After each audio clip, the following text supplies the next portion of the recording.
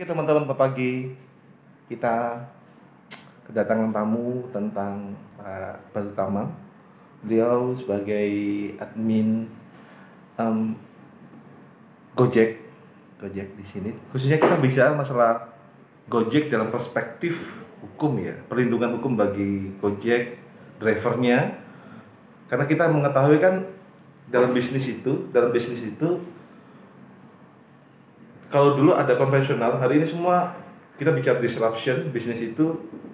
Kemudian yang dulu ojek berpindah dari Gojek, yang mana itu bukan, kalau orang kerja di taksi Bluebird itu dia sebagai pekerja pegawai, tapi kemudian kalau Gojek itu bukan pegawai tapi mitra. Gojek itu mitra, maka dia tidak bisa kena undang-undang perburuhan karena dia mitra. Terlebih lagi hari ini kemudian yang saya banyak curhatan Gojek itu adalah driver Gojek adalah banyak driver Gojek itu yang dia kecelakaan tapi tidak mendapatkan asuransi dari pihak PT Gojek. Asuransi kecelakaan. Ada sekarang ya? Ada sekarang. Ada. Kalau ini saya tanya mau ngapa kok? Ngojek Pak? Dulu Pak. Mau ngojek dulu Pak. Jadi sebelumnya saya perkenalkan, nama saya Badrut Tamam. Kebetulan saya sebagai driver Gojek yang berada di Kabupaten Jember dan juga saat ini juga ikut bantu ngajar di IAIN Jember. Jadi begini Pak, kenapa waktu itu saya mencoba untuk bekerja Gojek setelah saya berhenti bekerja dari notaris. Yang pernah karena memang tidak ada pilihan lagi, yang pertama. Yang kedua memang karena keinginan saya untuk menyelesaikan pasca saya. Jadi dari keinginan saya menyelesaikan pasca itu, saya berusaha semaksimal mungkin apa yang bisa saya kerjakan. Setelah saya resign dari kantor notaris, saya langsung fokus di dunia pergojekan atau dunia driver Gojek. Selama 2 tahun lebih saya mulai dari 2018 sampai 2019. Sambil kuliah S2 berarti. Sambil kuliah S2. Jadi saya mencoba untuk menabung untuk membayar UKT, uang kuliah tunggal saya. Nah, itulah mengapa saya mempunyai semangat dalam dalam mencari ilmu dan bekerja. Dari situ saya ingin sukses dalam hal keduanya itu. Nggak malu Pak? Tidak ada rasa malu, karena bagi saya malu itu hanya bagi orang-orang yang punya gengsi tinggi, yang tidak punya kemauan untuk merubah dirinya. Karena saya juga ingin mengupgrade diri saya agar nantinya saya bukan jadi orang yang biasa-biasa saja seperti itu. Gitu. Itulah mengapa saya tidak malu, tidak pernah gengsi dengan apa yang saya kerjakan. Itu cukup Pak kamu untuk saya potong. Untuk biaya dari hasil dari Gojek, untuk bayar UKT S2 cukup itu Pak, sama biaya hidup. Cukup Pak. Kalau dulu itu Pak, saya tahun 2016 berbeda dengan tahun ini Pak ya. Kalau tahun ini kan adanya Covid ya. Kalau masih lancar-lancarnya itu, saya dulu penghasilannya 120 lebih ya Pak. Per hari. Dari jam ya pokoknya terserah kita mau pagi. Biasanya kalau saya pagi pulangnya sore. Gitu. Ataupun sampai malam maghrib itu loh Pak. Iya. Tapi kalau saya siang biasanya pulangnya malam sampai jam 8 ataupun jam 7 ataupun jam 9 gitu. Kalau saya sore kadang saya pulang sampai jam 12. Maksimalnya kan kalau sistemnya Gojek seperti ini Pak. Jadi poin itu dikumpulkan mulai dari jam 00 sampai jam 00 lagi. Jadi jam 12 malam sampai jam 12 malam lagi. Sistem poinnya seperti itu. Jadi terserah kita, karena kita tuh fleksibel ya dalam mengatur waktunya ya. Tergantung kita sendiri mau kerjanya kapan, apa mau pagi atau mau siang, atau terserah. Gitu. Tidak terbatas waktu itu Pak. Saya kan nanti baca itu ya, Instagramnya Gojek, inspirasi Gojek itu banyak cerita menarik Pak. Dan itu banyak cerita diangkat masalah Gojek itu, contoh mungkin masalah apa tentang bantu orang tua, tentang ada yang bisnis juga. Itu di TV-TV kan banyak juga konten-konten masalah itu. yang mungkin inspirasi dari Gojek, cita-cita menarik waktu Pak Tamam sebagai driver Gojek itu ada Pak? Jadi gini Pak, eh, kenapa saya membuat sebuah admin Instagram itu? Karena berawal dari kisah inspiratif dari viralnya saya waktu 2019. Oh iya, yang jenengan lulus S2, kumlot itu. plus sama driver Gojek. Ternyata saya melihat itu kekuatan yang namanya media sosial itu luar biasa. Bisa menginspirasi orang lain, bisa membantu orang lain. Dan ketika saya masuk dalam dunia Instagram itu, Pak, dalam dunia apa namanya? Dalam dunia media seperti itu, ternyata banyak hal-hal yang positif yang saya temui. Salah satunya bagaimana kita itu berusaha keras untuk keluarga, ya kan? Berusaha keras untuk mimpi, bagaimana kita memperjuangkan mimpi kita, dan juga bagaimana kita saling tolong menolong. Maka dari itu saya mencoba untuk membuat suatu kumpulan video-video menarik itu biar menjadi inspirasi bagi orang lain. Makanya terciptalah yang namanya Super Gojek itu, Pak. Super Gojek.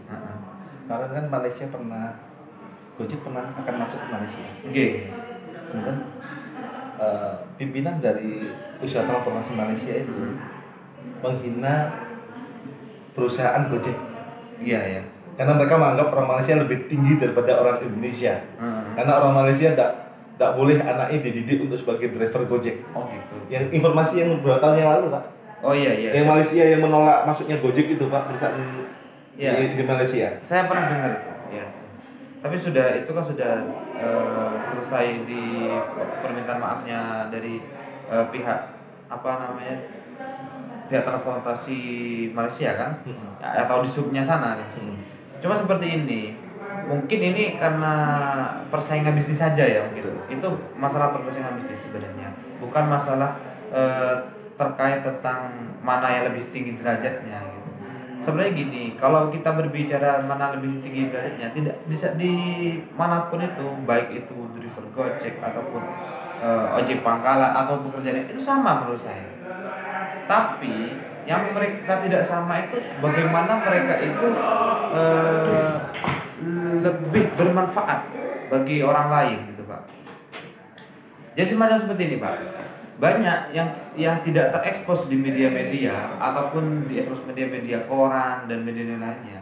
Ternyata teman-teman Gojek itu mempunyai solidaritas yang tinggi, Pak. Iya, paham. Tujuh. Bukan cuma sekedar solidaritas pada rekanan sesama drivernya saja, tapi solidaritas terhadap orang lain juga. Jadi teman-teman itu kadang ada sebuah komunitas yang kecil-kecil itu untuk membantu orang lain. Salah satunya Mbak Susan Ojol. Nah, itu salah satu mitra driver ojol ya, yang ada di Indonesia. Mbak ini adalah seorang Instagramable, istilahnya pelaku Instagram, Influencer. Ya, influencer lah. Dia influencer. Jadi dia itu mencoba menggalakkan dana untuk orang yang tidak punya keluarga sama sekali. Dia hanya hidup sebatang kara, punya rumah satu. Teman-teman ojol itu mencoba untuk membantu beliau dengan merenovasi rumahnya, dengan memberikan istilahnya itu memberikan perlengkapan kesehariannya lah. Itu bukan dari perusahaan Gojek ya? Bukan. Donasi dari masyarakat yang lewat dari Mbak Susan itu tersebut. Bukan melalui kitabisa.com. Bukan. Jadi memang gerakan-gerakan seperti ini kan sangat luar biasa, Pak. Nah, gerakan-gerakan seperti ini seharusnya orang itu memandang suatu pekerjaan itu bukan dari bagaimana dia bekerja, tapi bagaimana manfaatnya orang-orang tersebut. Tapi kan di stigma di masyarakat tuh gini, Pak. Gimana? Ini kuliah tinggi-tinggi kok jadi ojol. Itu stigma, Pak, pertama. Iya. Dan orang-orang desa saya menganggap wah ini kok aneh ya gitu. Jadi gini, Pak. Saya dulu sebelum saya terjun langsung ke dunia ojol atau dunia Gojek, stigma itu banyak di kalangan masyarakat. Bahkan ibu saya waktu itu tidak mendukung 100%. untuk apa namanya? Ini kerja notaris gitu. Karena saya sudah enak kan kerja di notaris, ngapain Pakai baju, nggak pakai capek. Pak, penghasilan lebih besar, Pak. Kalau penghasilan sih saya tidak mau terlalu lah. Iya. Intinya tuh hampir sama, tapi kadang itu kalau memang kadang kalau rezekinya bagus lebih besar ojol. Lebih nyaman di ojol. Lebih nyaman di ojol. Gitu waktu itu. Tapi kalau sekarang memang karena Covid, Pak, ya. COVID. Jadi saya tidak percaya hari ini. Kalau saya berbicara tentang kemarin waktu Iya. sebelum adanya Covid dan peraturan yang masih muda seperti itu. Jadi gini, Pak.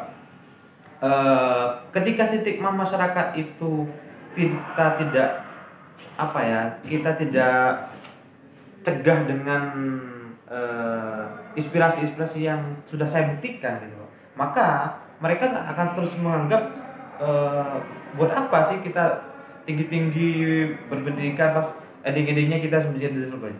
Tujuannya bukan di situ sebenarnya.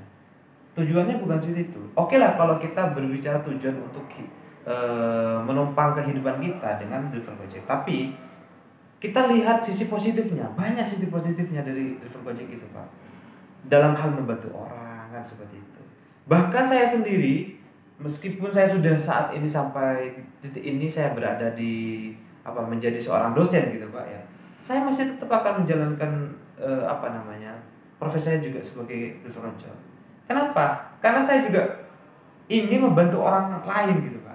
Ingin memberikan sifat positif. Salah satu contoh yang saya ingin planningkan waktu itu, saya juga pernah menyampaikan ini pada sesi wawancara di Kompas dan di beberapa media kemarin, di TV Jember dan yang lainnya, dan teman-teman Metro dan yang lainnya itu. Jadi saya berharap itu ke depannya kalau memang saya sudah bisa mumpuni untuk keadaannya saya sendiri dalam setelah ekonomi saya sudah bisa, maka saya setiap Jumat itu saya mencoba untuk membuat program yang namanya Jumat Barokah. Saya ingin mengantarkan anak-anak kuliah gitu, Pak, tanpa ditarik biaya. Tanpa biaya.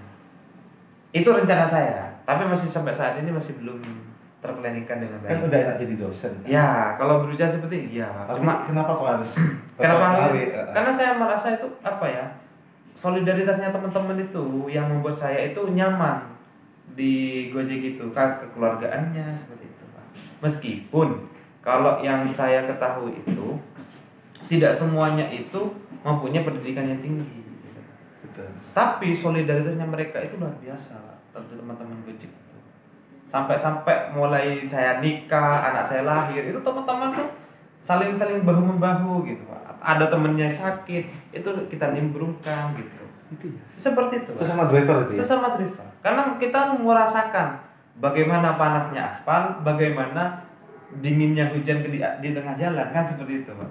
Kita sama-sama merasakan seperti itu. Mungkin karena satu rasa, satu itu, jadi teman-teman itu mempunyai loyalitas dan kebanggaan tersendirilah gitu, Pak.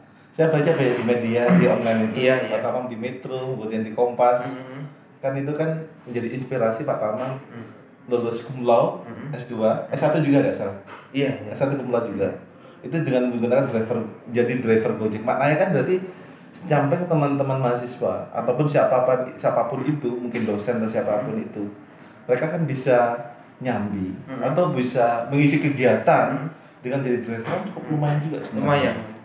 Kan banyak orang-orang itu menganggap stigma ini driver Gojek, padahal itu saya di Amerika Serikat itu teman-teman kerja di bank itu dia nyambi kerja di Uber, taksi Uber, karena lebih tinggi jatah taksi Uber daripada kerja di bank. Iya. Jadi seperti ini, Pak. Kalau kita itu terdiktasi dengan gengsi gitu, iya, maka mimpi itu tidak akan terwujud, Pak.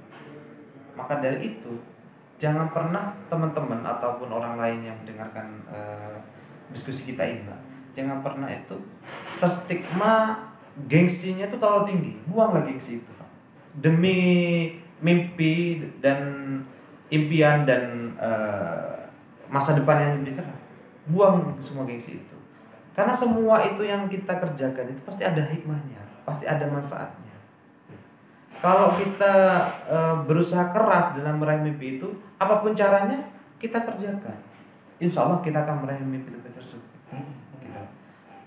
Salah satu contohnya saja, seperti apa yang saya lakukan. Saya keluar dari kantor notaris, saya tidak punya haluan apapun, Pak. Mau mengandalkan orang tua, ya orang tua sudah tua. Tani pun juga nggak punya, kan gitu. Maksudnya pun juga punya itu nggak punya banyak, cuma sedikit, ada cukup untuk buat makan. Dan saya hanya punya satu tekad gitu, tekad keinginan. Ya apa yang ada ini saya kerjakan. Ya kebetulan saya daftar di Deliver Gojek, ya sudah saya masuk di situ. Terus bagi kuliahnya gimana, Pak? Ya, Bagi kuliahnya dengan jadi driver Gojek gimana, ya, Pak? harus kita profesional dong. Jadi kita harus memanajemen waktunya dengan baik. Ya, Apakah di kelas pakai jaket Gojek? iya, saya sering pakai itu. Tanyakan sama di Pasca di EN Jember. Saya sering ketika saya dari rumah, saya sudah pakai jaket itu. Sampai di kampus saya masih tetap pakai. Bahkan karena saya memang nggak begitu enak dengan suasana AC, Pak, saya pakai jaket karena untuk menghindari dingin. Kadang ya dosen saya tidak ada masalah, teman-teman saya juga nggak ada masalah. Ya saya pengen tunjukkan saja, di titik terendah pun orang-orang itu bisa juga bisa meraih mimpi-mimpinya gitu. Di titik terendah pun itu. Jadi saya ingin menyebarkan hal positif atau menyebarkan inspirasi positif bagi orang lain. Bahwasanya tidak ada yang tidak mungkin di dunia ini kalau kita benar-benar berusaha. Bukan saya ngajarkan untuk teman-teman itu pas jadi driver Gojek, bukan ya, Pak. Bukan. Tapi bagaimana teman-teman tuh berusaha memaksimalkan kemampuannya dirinya. Jadi seumpamanya dia itu bisa bisnis kecil-kecilan, dikerjakan aja. Padahal Pak Taman ini termasuk orang hukum ya? Iya, Orang hukum. Orang hukum dan kemudian S1 S2 hukum. Iya. Saat nyambi di Projol. impian orang-orang kan. Dia itu kuliah S1 S2 hukum, pikiran dia kerja sebagai lawyer, pengacara, hakim, jaksa. Tidak harus seperti itu. Tidak harus seperti itu, tapi semua mimpi itu kan baik loh, Pak ya. Contohnya gini aja. Kita seseorang yang di bawah rata-rata ya, yang mempunyai mimpi yang besar. Contohnya mempunyai mimpi menjadi seorang advokat gitu kan. Kita selesai S1, biaya advokat juga lumayan. Apakah kita mau nunggu uang dari orang tua? Kan tidak harus seperti itu. Maka kita coba cari plan-plan yang lainnya. Tapi tetap mimpi kita tuh harus tetap jadikan hal yang utama, gitu Pak. Nah, sambian-sambian ini untuk melengkapi kekurangan-kekurangan kita dalam hal pembayaran UKT ataupun per semester, seperti itu Pak. Maksud saya seperti itu. Jadi impiannya seperti ini. Jangan disalah kaprakan seakan-akan kita nanti lupa dengan mimpi tapi enak dengan kerjaan, seperti itu. Kebanyakan orang-orang seperti itu malah yang tidak menyelesaikan studinya, kebanyakan. Betul. Karena mereka sudah terlalu nyaman dengan keadaan. Iya. Saya banyak teman-teman seperti itu. Banyak ya? Banyak teman-teman itu sudah nyaman dengan Mampu keadaan. berarti dia orang taman. Mampu, tapi tidak bisa menyelesaikan studinya. Why? Nah, ya karena itu sudah terlalu nyaman. Terlalu ada di zona nyaman itu. Comfort zone. Iya. Kurang kerja keras berarti. Kurang kerja keras itu. Maka dari itu saya sering kali itu menyampaikan pada teman-teman ataupun mahasiswa itu, kalau kalian itu punya mimpi, taruh mimpi kalian itu di depan dan kejarlah. Cara mengejarnya dengan apa yang kalian mampu. Kalau kalian bisa part-time, kerja part-time, kerja dengan part-time. Kalau kalian bisa dengan menjual sesuatu ataupun menjualkan barangnya orang, jualkan barangnya orang. Apapun yang kreativitas atau soft skill teman-teman itu maksimalkan. Sekarang itu bukan tergantung dari Keluarga. Iya, bukan tergantung dari keluarga ataupun tergantung dari kita dari siapa, tapi tergantung daripada diri kita sendiri, Pak. Karena relasi perlu, Pak. Iya, penting banget. Tapi paling penting, lebih penting malah relasi dan kerja keras. Sama-sama penting menurut saya, Pak. Kalau kita punya niat atau kerja keras, tidak punya relasi juga sama halnya kurang lah sebenarnya. Silaturahmi. Iya, silaturahim ataupun solusi teman-teman. Karena dengan silaturahim itu kita kan ada orang mengatakan kan mendapatkan berkah umur, dapat berkah rezeki. Nah, rezeki kadang datang dari teman-teman kita kan seperti itu. Betul. Sama halnya pada saat saya berhenti dari notaris, saya dapat berkah dari teman-teman informasi tentang Gojek itu. Kan alhamdulillah kan seperti itu kan. Saya menganggap waktu itu adalah Gojek membantu loh Pak. Iya. Buat teman-teman di sini makan itu, dahar makan siang itu, mereka nggak keluar Pak. Gojek Pak. Iya. Mereka telepon datang mau Gojek itu, Iya. dan kemudian apa namanya? Ternyata siapa Pak? Mahasiswa kita sendiri. Jadi intinya itu Pak ya, bukan melihat dari sisi pekerjaannya saja Pak, tapi lihatlah dari sisi positif untuk membantu orang itu. Betul. Nah, itulah ya yang Membantu orang. saya sangat-sangat sangat-sangat menghargai lah gitu Pak, anunya teman-teman itu, karena teman-teman driver Gojek ini sangat banyak membantu orang lain dalam kesulitan-kesulitannya. Contoh ya yang ada di sini lah, yang Bapak ceritakan tadi. Itu banyak Pak. Saya lihat tuh teman-teman yang keluar dari kerjaan, mereka nyambi bikin driver Gojek. Iya. Kebetulan saya waktu itu ngajar di Mabadul Ihsan Karangdoro, Pondok Pak Anas. Saya turun di stasiun Genteng Pak. Saya kan sinyalnya susah sana tuh. Ada datang driver Gojek. Driver Gojek ngomong, mau mana Pak? Mau ke Karangdoro. Diantarkan saya Pak. Diantarkan. Saya tanya kemudian, Bapak ngapain? Cuma Pak, saya cuma ngisi waktu Pak. Saya pensiunan. Atau ada dia udah keluar dari kerjaan. Saya udah haji bareng sama Gus Rahmat. Di luar waktu, saya datang ke sana Pak. Nyampe itu kan jauh ya, dari stasiun Genteng ke Karangdoro jauh Pak. Hampir 45.000, 50.000, 45.000. Kalau gunakan ojol sekitar 35 berapa, tapi bisa naik. Terakhir sampai sana Pak, saya keluar uang, diterima, dikembalikan lagi ke saya.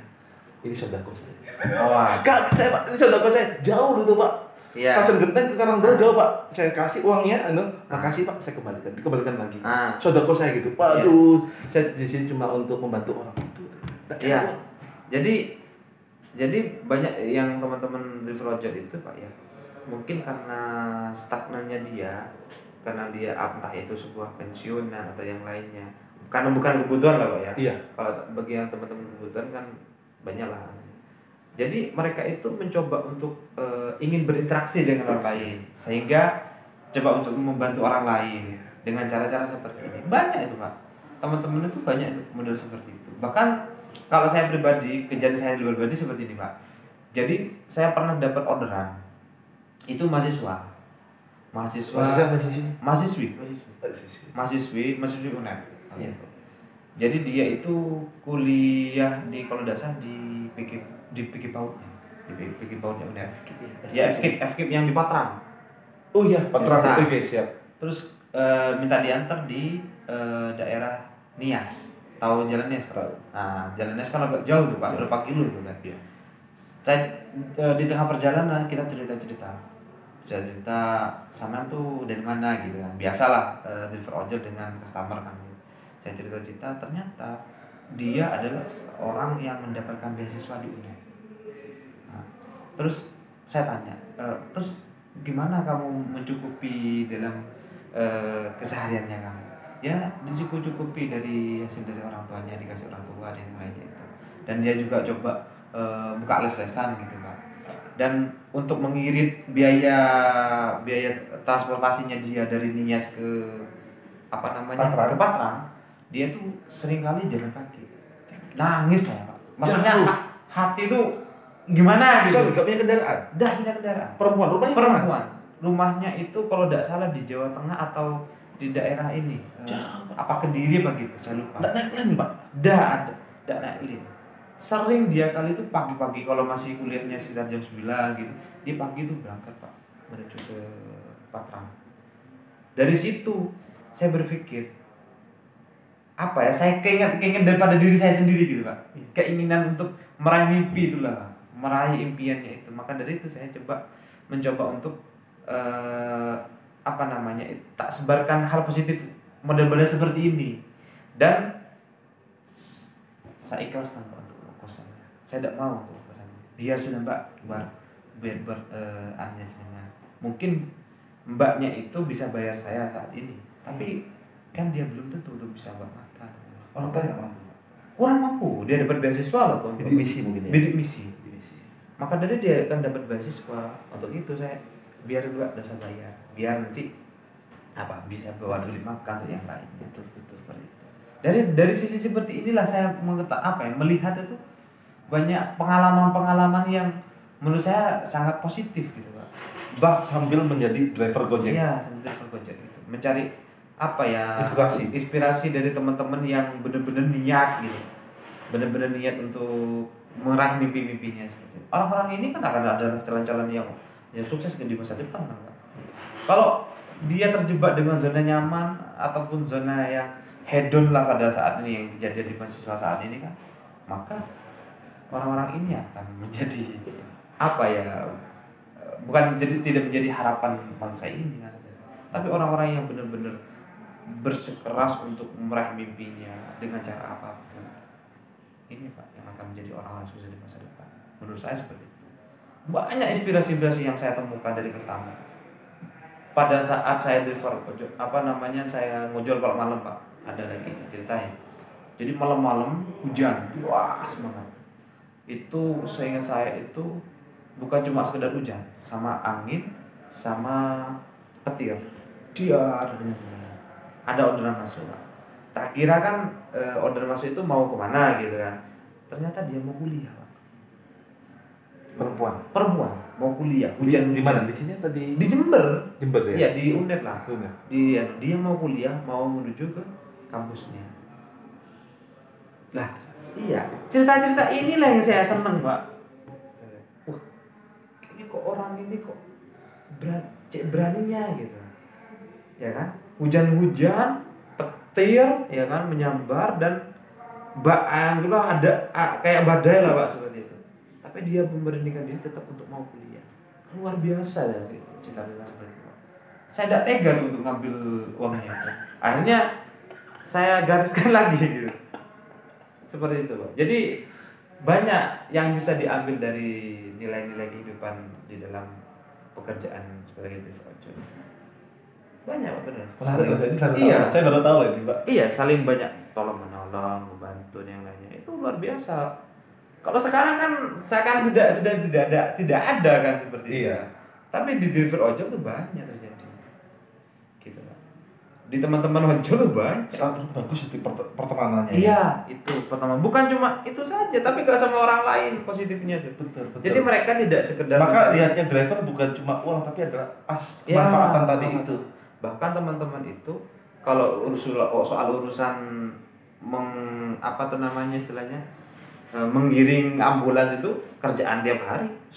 Yang depannya ambulans itu, yang tin-tin itu. Iya. Itu driver Gojek gitu. Driver Gojek, itu teman-teman WRC kadang. Itu bantu gitu Pak. Iya, betul. Itu udah ada bayarannya. Betul, udah ada bayaran. Itu gini.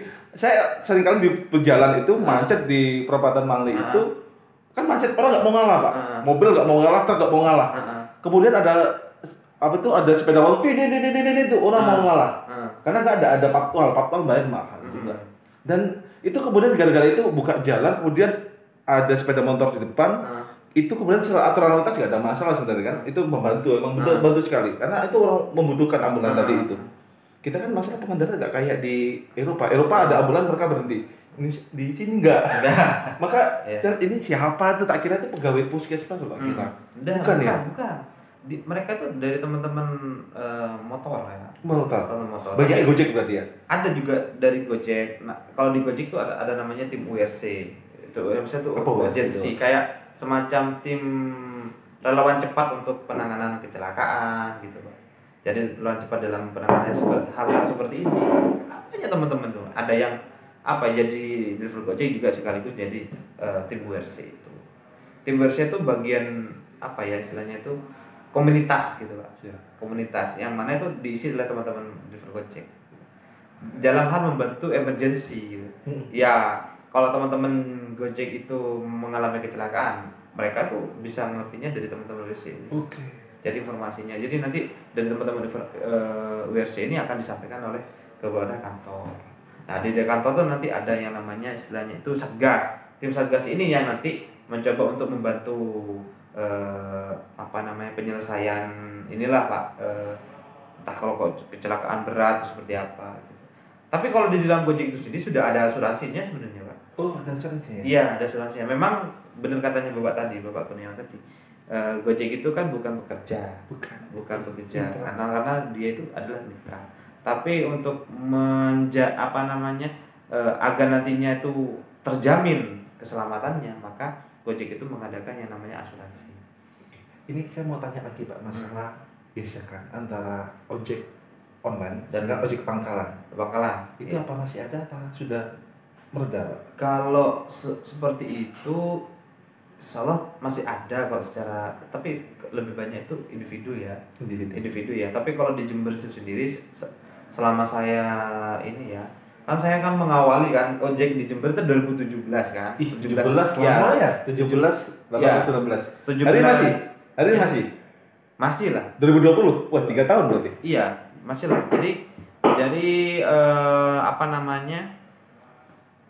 2017 itu kan masih baru-baru, ya kan? Masih sekitar bulan Septemberan lah masuknya sini. Saya masuk tuh bulan Januari 18.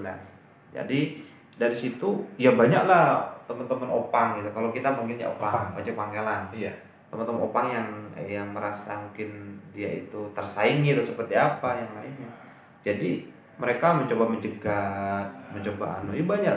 Mungkin kalau sampai saat ini mungkin hanya beberapa titik saja yang tertentu gitu Pak. Tidak seperti zaman saya waktu itu. Kalau zamannya saya waktu itu ada tempat-tempat yang memang area terlarang. Bahkan sampai bentrok kan, tahu sendiri saya dulu sampai rame di Pemkab gitu kan.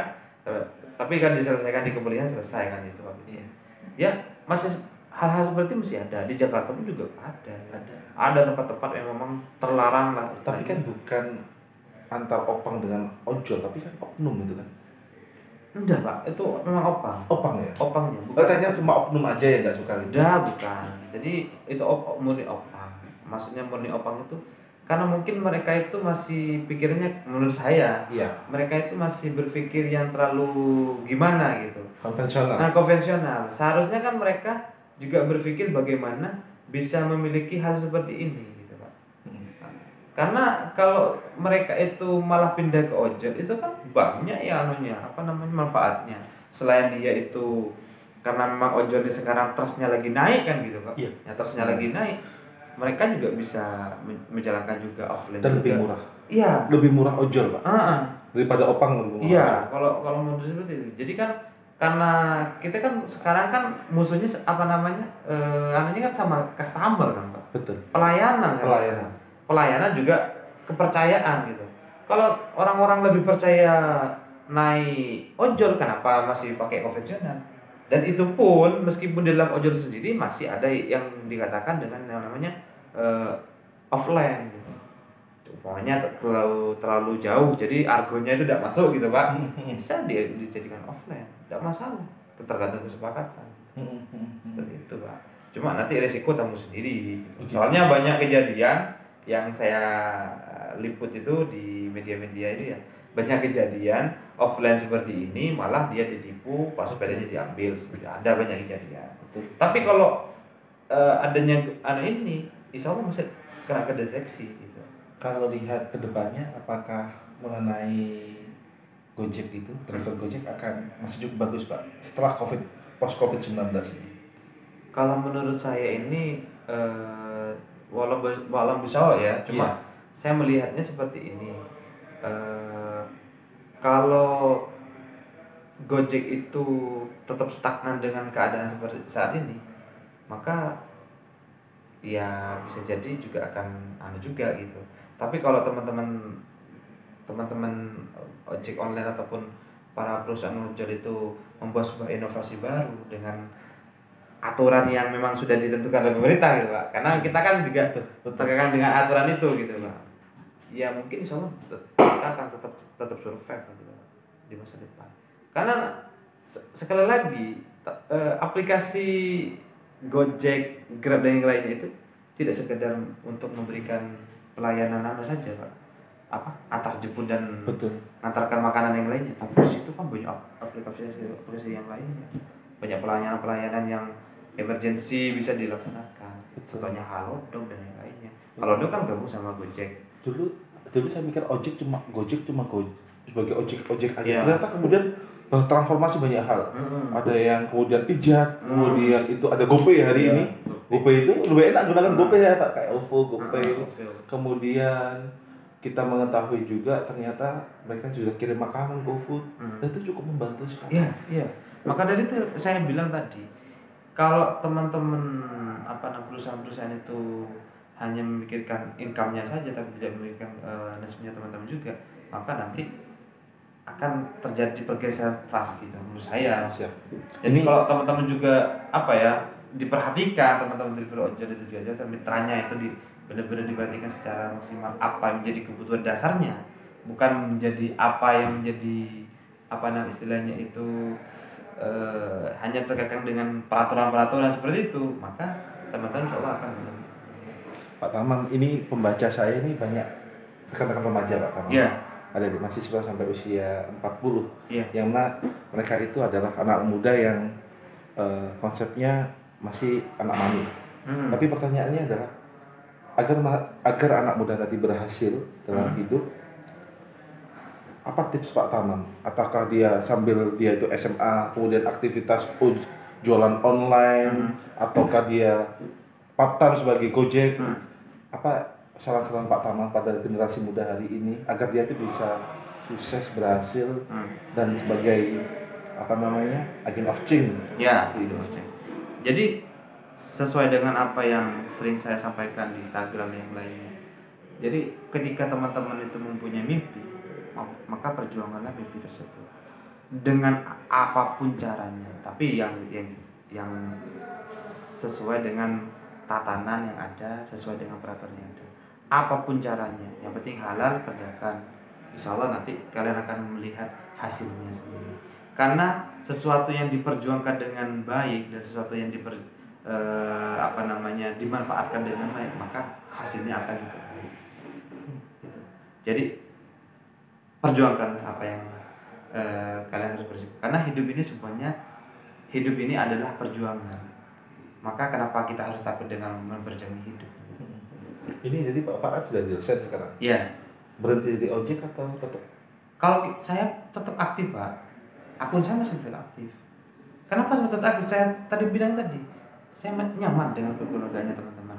Meskipun saya tidak narik, tapi saya tetaplah nyemplung sama teman-teman, aktif ojeknya. Kadang kalau sekarang masih masa Covid ya, jadi karena saya sebelum Covid saya sudah ngajar itu, saya tetap ngojol barengi teman-teman.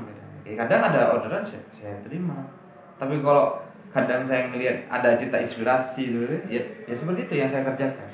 Ya saya membebaskan transport ongkosnya dan lainnya itu. Jadi kisah-kisah seperti itu saya tidak akan dapat di seminar, tapi kisah-kisah seperti ini kan saya dapat real di dalam masyarakat itu sendiri. Gitu. Itu bisa menjadi pembelajaran saya dalam memperjuangkan mimpi saya. Maka dari itu saya bisa sampai tahap ini karena mungkin melihat dari kisah-kisah seperti ini. Kisah-kisah yang menurut saya ini patut untuk diapresiasi gitu Pak. Patut untuk dipertahankan. Karena banyak pemuda-pemuda saat ini hanya melihat enaknya saja tapi tidak melihat prosesnya. Betul. Maka dari itu kesuksesan itu sebenarnya adalah prosesnya, bukan hasilnya. Gitu. Ya. Jadi kalau teman-teman tuh melihat nantinya, jangan lihat hasilnya, tapi lihat prosesnya. Bagaimana dia memperjuangkan mimpi-mimpinya tersebut. Sesuai dengan kata-kata saya tadi, di titik terendah pun orang itu mampu untuk berprestasi. Kan? Siapapun itu ya. Siapapun itu. Dan lihat dia itu orang lahir dari mana, kemudian desa, kota, ataupun luar Jawa. Mau keturunannya siapa, ya tidak melihat itu. Karena Allah kan hanya melihat keimanan manusia. Kan itu. Jadi kalau seperti, berarti semua orang tuh mempunyai kesempatan yang sama dong. Betul. Tapi dengan cara yang berbeda-beda. Dan tempat yang juga berbeda. Sesuai dengan apa yang mereka impikan. Seperti itu. Allah itu tidak buta loh ya. Allah itu selalu melihat hamba-hambanya yang berusaha keras. Karena Allah sendiri sudah menjelaskan dalam Al-Qur'an tidak akan merubah nasib suatu kaum jika kaum itu tidak berubahnya sendiri. Nah seperti itu. Betul. Nah, gitu. Kita cukup dulu ya. Oke Pak. Makasih waktunya Pak Tamam. Sama-sama. Nanti bisa langsung cek ke IG-nya Pak Tamam di apa IG-nya? IG saya Badrul.GLK. Alka. Yang tadi Pak inspirasi Gojek ya? Untuk itu admin. Admin. Admin untuk saya juga sebagai admin Super Gojek. Super Gojek. Super Gojek, oke. Ya. Teman-teman, pelajarannya banyak. Kerja keras dan kerja mimpi dengan segala hal. Thank you. See you next time. From Subeda. Makasih sudah mendengarkan. See you next time, teman-teman.